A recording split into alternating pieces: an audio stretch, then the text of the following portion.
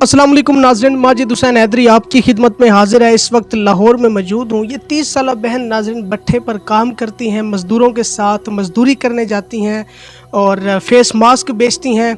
इसके अलावा कपड़े सिलाई करती हैं, बहुत से काम करती हैं। दुख भरी और एक मुनफरिद कहानी है। मज़ीद इनकी कहानी इनकी ज़बानी जानते हैं। अस्सलाम वालेकुम। वालेकुम अस्सलाम। मेरी बहन, कैसे मिजाज हैं आपके? बेहतर, बस हालात से बंदा तंग आया, कैसे क्या कह सकता है। अच्छा, आप बहुत से कारोबार करती हैं, बाहर मजदूरी करती हैं, तो आपको तो घर में बैठना चाहिए, तो बाहर क्यों जाती हैं काम करने के लिए? कौन सी ऐसी मजबूरी हैं? मजबूरी, औरत की ज़्यादा मजबूरी यही होती है ना कि जब उसको खाने पीने को ना मिले। दरअसल कुछ अर्सा पहले मेरे शोहर जो है ना, वो मेरे पास यानी कि आते थे काम, मसलन कोई नशा वगैरह इस तरह का था, तो कुछ अरसे से पहले वो गायब हो गए। मुझे किसी मोहल्ले वालों ने बताया कि उनको कोई मूंछों वाला कोई उठा के ले गया। तो इतनी मुश्किलें आई उनके बाद कि अब मुझे ढूंढने की कोशिश की? बहुत ज़्यादा, मैं अकेली औरत इस माशरे में कितना ज़्यादा देख लूँगी। तो बाहर आपको पता है किस तरह के लोग हैं, तो मैं सब्र करके मजदूरी कर ले। शादी कब हुई थी? शादी बहुत कोई 10-15 साल हो गए थे। अच्छा, तो शोहर कब छोड़ गया? वो किडनैप कब हुआ? ये 2-3 साल का वाक़या है ऐसे ही। उस दिन के बाद आज तक आपका शोहर घर नहीं आया? नहीं, पता चला था, मोहल्ले के बच्चों ने बताया कि उनको कोई मूंछों वाले जो है ना, क्योंकि वो कभी दरबारों पे कभी कहीं जगह पे वो चर्स वगैरह पीते थे, भांग वगैरह, तो इसी तरह ही कोई उठा के ले गया। मैं तो इंतज़ार में हूँ उनके कि वो आएँ, लेकिन अभी तक तो कोई समझ नहीं आ रही।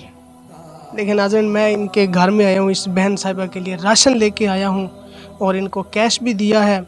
बड़ी मुश्किलात का सामना कर रही हैं। मेरी बहन, मुझे ये बताएं, आपके बच्चे कितने हैं?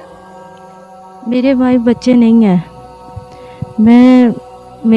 हाँ जी, मेरे नहीं मसला बनता, ये हमल नहीं ठहरता। तो बस शोहर का साथ था। शोहर भी अब 2-3 साल से बहुत ज़्यादा मुश्किलों से मैं खड़ी हूँ इस मसले में। शादी जल्दी हो गई थी आपकी? हाँ जी, मेरी ज़ाहिर है जब माशरे में लड़की को बर्दाश्त ही नहीं करते तो माँ बाप कहते हैं अपना बोझ उतारो। मैं माँ बाप की इकलौती बेटी थी, तो मैंने पसंद की शादी की थी। पसंद की शादी के बाद माँ बाप ने, ख़ानदान ने, सब ने नाता छोड़ दिया। मुझे समझ नहीं आती कि जो फिर अजाब औरत मैंने देखा है ना, मेरे जैसी पता नहीं कितनी औरतें देखती होंगी कि जब ख़ानदान सब छोड़ देते हैं और वो कितनी मुश्किलों में गिर जाती है।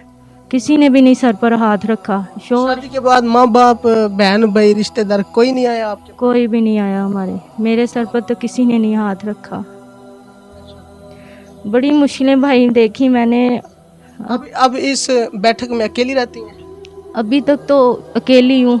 मैं तो चाहती हूँ कोई सहारा, कोई नेक बंदा मिले, ज़िंदगी में सुकून दे। शादी करना चाहती हैं? जी। क्या डिमांड क्या आपकी? एक नेक और शरीफ औरत की क्या डिमांड होगी कि उसे खाने पीने को दो, चार दीवारी में रखे, क्योंकि मैं शरीफ औरत हूँ। जैसे भी इंसान हो, मैं कहती हूँ औरत की इज़्ज़त करने वाला, खाने पीने वाला, खुद भी इज़्ज़त करे, इज़्ज़त करने कराने वाला और खाने पीने की कमी ना हो, इस तरह का इंसान मिल जाए सहारा, जैसा भी मोहब्बत देने वाला हो, इज़्ज़त देने वाला हो। शादी के बाद फिर ये जो काम वगैरह आप करती हैं, मेहनत मजदूरी करती हैं, बाहर जाती हैं मज़दूरों के साथ मजदूरी करने, तो ये सारे काम छोड़ देंगी? जब शोहर का हुक्म मिल जाएगा कि जब सब कुछ उससे से मिलेगा, तो मुझे क्या ज़रूरत है फिर भाई मैं बाहर चार दीवारी से निकलूँ। इसके अलावा कोई और डिमांड है आपकी? नहीं, मेरी इसके अलावा कोई नहीं है। नेक शरीफ इंसान, चाहे बूढ़ा ही हो, लेकिन औरत की इज़्ज़त करने वाला हो, मार पीट ना हो। अच्छा, एक तलक सवाल आपसे पूछ रहा हूँ जो कि हमारे माशरे की अक्कासी करेगा। जब आप ये मेहनत मजदूरी के लिए बाहर जाती हैं, रोडों पर, सड़कों पर, तो लोगों का रिएक्शन कैसा होता है? कैसी नज़रों से देखते हैं? किस तरह की डिमांड्स करते हैं? आपको नहीं बता सकते किस तरह औरत को आंखों से ही नोचने वाले जो है ना, नज़रें दिखाते हैं, चलते चलते बात कर देते हैं और पल्ले कुछ भी नहीं रहता। तो समझ नहीं आती, नंबर मांगते हैं, इस तरह जलील हो जाते हैं। मेरे लिए तो मैं कहती हूँ मेरे जैसी और भी जो बहनें होंगी ना, गवारा नहीं होता। वो मजबूरी से चल रही होती हैं। जो ऐसी बहनें हैं जो तो कर लेती हैं, लेकिन हम जैसी औरतों के लिए बड़ी मुश्किल है बाहर इस माशरे में कोई काम करना। जब मैं आपकी तस्दीक कर रहा था तो वो परचून वाले भाई ने बताया कि ये वो बाहया बापर्दा बहन है कि इन पर 5 से 7 लाख तकरीबन कर्जा चढ़ा हुआ है। तो ये कर्जा कैसे चढ़ गया? खाने के लिए कुछ नहीं होता था तो लोगों से उधार मांगती थी। ऐसे ही है भाई, कर्जे से मेरा बहुत मसला बना है, कर्जा कर्जा सर पे चढ़ा हुआ है।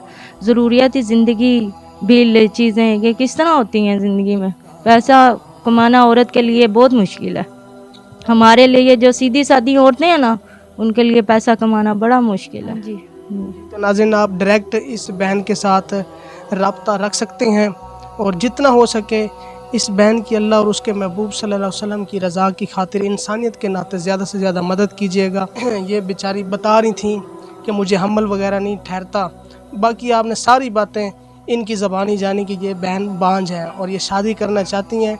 किसी भी तरह की उम्र का बंदा हो तो ये उनसे शादी कर लेंगी।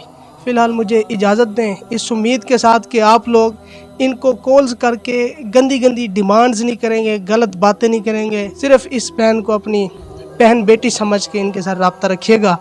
अपना ख्याल रखिएगा। फ़ी अमानिल्लाह।